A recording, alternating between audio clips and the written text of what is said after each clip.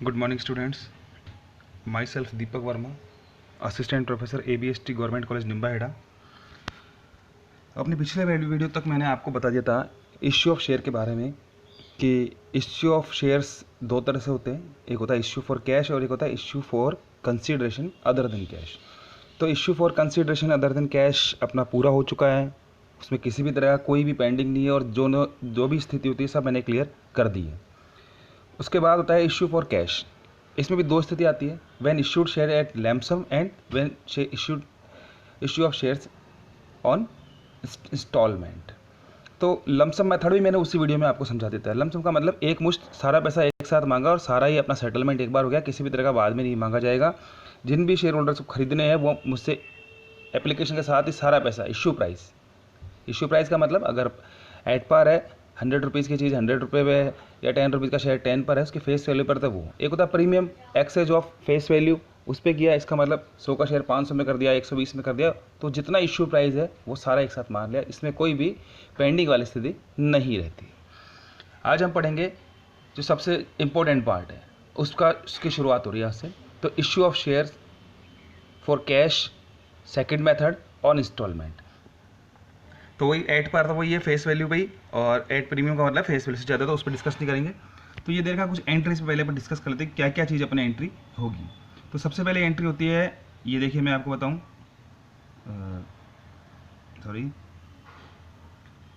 सबसे पहले जब हम इंस्टॉलमेंट में इशू करते तो मेथड क्या होता है कि जैसे जिसको शेयर लेना है कि जिसने हमने जब प्रोस्पेक्टस इशू किया है अमंग पब्लिक, तो जिसको खरीदना है वो एप्लीकेशन के साथ एप्लीकेशन मनी जो हमने डिसाइड की होगी वो भेजेंगे। फिर हमारे पास सारे शेयर आ जाएंगे।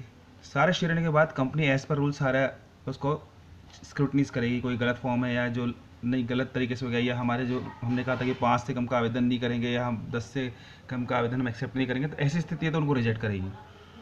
या ऐसी स्थिति नहीं है कि चलो सबके एक्सेप्ट करने वाली पोजीशन है, तो कंपनी वो चीज़ तो रूल करेगी जो उसका मिनिमम सब्सक्रिप्शन वाला है कि कंपनी एट कहता है 90% है या नहीं है, तो 90% तक तो चेक करेगी। अगर 90% सब्सक्रिप्शन नहीं आता है तो फिर वो शेयर इशू नहीं कर सकती और उन्हें एक रिग्रेट लेटर के साथ उन्हें लौटाना पड़ेगा पैसा। तो प्रैक्टिकल पार्ट में ऐसा कोई दिक्कत देखना नहीं पड़ता, सीधा क्वेश्चन होता है कि हाँ भाई इशू किया इतने शेयर के लिए है और इतना अपने को इतना एप्लीकेशन पे इतना अलॉटमेंट पे इतना कॉल्स पे मांगा गया, वो चीज़ होगा। जब एप्लीकेशन पे सारा पैसा पूरा आ जाता है फिर उसके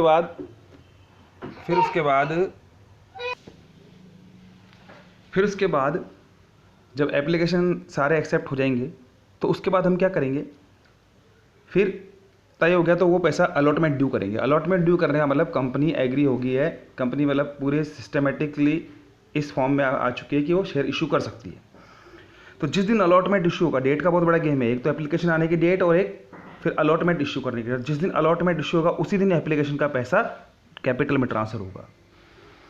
कई अब तक 12th में हम देखते थे कि डेट का इतना नहीं था, वो किसी भी दोनों ही चीज़ें सेम डेट को कर लेते थे, तो वो चीज़ नहीं है यहाँ पर। अपन अब उसको अपन को देखना पड़ेगा कि वास्तविक क्या चीज़ है कि एप्लीकेशन पैसा जैसे मान लो 1 अप्रैल को आया और अलॉटमेंट हम 1 मई को इशू कर रहे हैं, तो 1 मई को ही वो पैसा ट्रांसफ़र होगा, क्योंकि तब तक तो कंपनी का पैसा था ही नहीं, मतलब एक तरह से पोजीशन में नहीं थी यूज करने की, वो क्या करती उसे लौटाना पड़ता। लेकिन हाँ, क्योंकि सब्सक्रिप्शन स्थिति नहीं होती था, अब company as per rule issue करने के लिए तैयार है।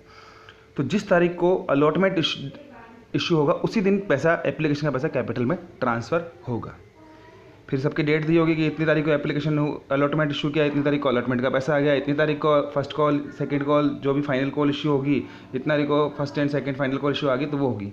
तो ओवरऑल में तो डेट क्लियर होगी, लेकिन क्वेश्चन में एप्लीकेशन मनी ट्रांसफ़र करने की डेट नहीं दी होगी। अगर डेट का गेम होगा तो मतलब डेट का गेम मतलब डेट वाली सिचुएशन होगी, तो एप्लीकेशन पैसे अमाउंट रिसीव्ड जो डेट दे रखी है उसी पे एंट्री करेंगे। फिर एक एंट्री होगी अलॉटमेंट ड्यू करने की, तो जिस दिन अलॉटमेंट ड्यू होगा उसी दिन पैसा ट्रांसफर कैपिटल में होगा। अभी जब एंट्री समझाऊंगा तो उसमें और डिटेल में देख लेंगे। फिर फर्स्ट कॉल ड्यू होगी, अलॉटमेंट ड्यू होगी, अलॉटमेंट पैसा आ जाएगा, फिर फर्स्ट कॉल ड्यू होगी, फर्स्ट कॉल पैसा जाएगा, फिर सेकंड कॉल ड्यू होगी, सेकंड कॉल का पैसा जाएगा, और इस तरह से फाइनल कॉल तक ड्यू होती रहेगी और पैसा आता रहेगा। कंपनी को जब जब आवश्यकता होगी कंपनी तब तक पैसा मांगती रहेगी और पैसा लेती रहेगी। तो ये चीज़ें अपने इंस्टॉलमेंट के अंदर होता है। अब एंट्रीज में देख लेते हैं। जब when share application money receiveds, तो एंट्री होगी bank account debit to share application account. ये देखिए आपको बता देता हूँ मैं, तो उस पोजीशन में एंट्री होगी, तो ये हो गया, देखिए ये वाला पहली वाली स्थिति देखिए, bank account debit to share application account. Narration जैसा भी आप लिखना चाहो, शॉर्ट में ये है कि एप्लीकेशन मनी रिसीव, ये उस डेट को होगी जिस दिन एप्लीकेशन पैसा आएगा। फिर जब कंपनी अलॉटमेंट ड्यू करेगी तो अलॉटमेंट ड्यू करने का मतलब कंपनी पूरी तरह से फॉर्म में आ चुकी है इश्यू करने के लिए, तो अपने पास उस दिन एंट्री होगी share application account debit to share capital account. अपन पहले सिचुएशन देख रहे हैं, when share issued at par. Premium का मैटर है नहीं इसके अंदर, प्रीमियम वाली चीज आगे देखेंगे अपन। तो एंट्री होगी अपने पास application money for application money transfer to capital account. तो एंट्री होगी share application account debit to share capital account. उसके बाद देखिए फिर उसी रेट को अलॉटमेंट ड्यू करेंगे अपन। तो अलॉटमेंट ड्यू होने पर एंट्री होगी अपने पास, अलॉटमेंट ड्यू होने पे देखिए अपने पास व्हेन अलॉटमेंट ड्यू पे होगी share allotment account debit to share capital account. ये देखिए share allotment account debit to share capital account.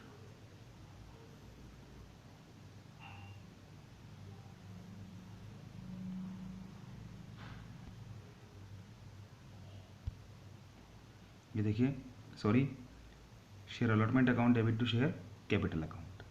उसके बाद अलॉटमेंट का पैसा आ जाएगा, पैसा आने पर एंट्री होगी application for application money received. तो bank account debit to share allotment account, ये अपने को दे रखा है bank account debit to share allotment account.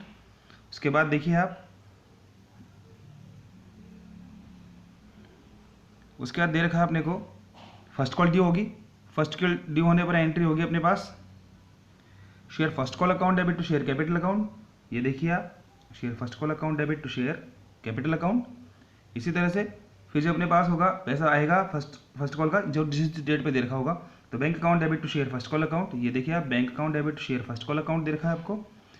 इसके बाद फिर अपने पास देगा जब सेकंड कॉल ड्यू होगी तो अपने पास होगा share second and final call account debit to share capital account.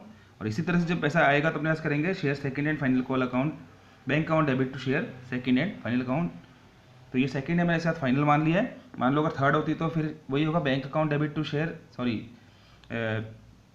Share third and final call account debit to share capital account. और पैसा आने पे एंट्री हो जाएगी अपने पास bank account debit to share third and final call account.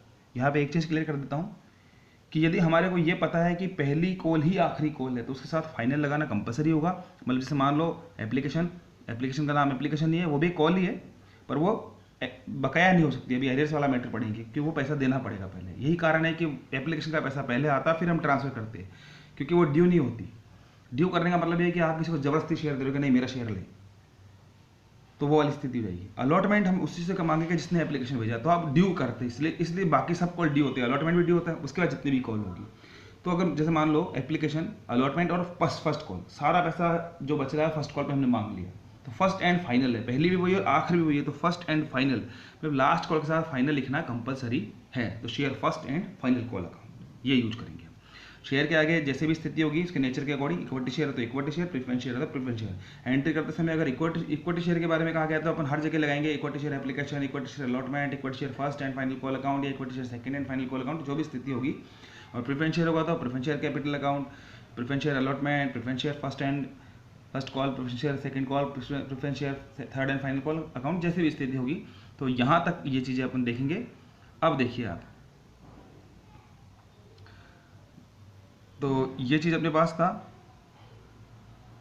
ये final call देख रखा है इसने, वो फाइनल कॉल वाली स्थिति आगे जो मैं आपको बता रहा हूँ on share final call account debit to share capital account, पैसा आने bank account debit to share final call account.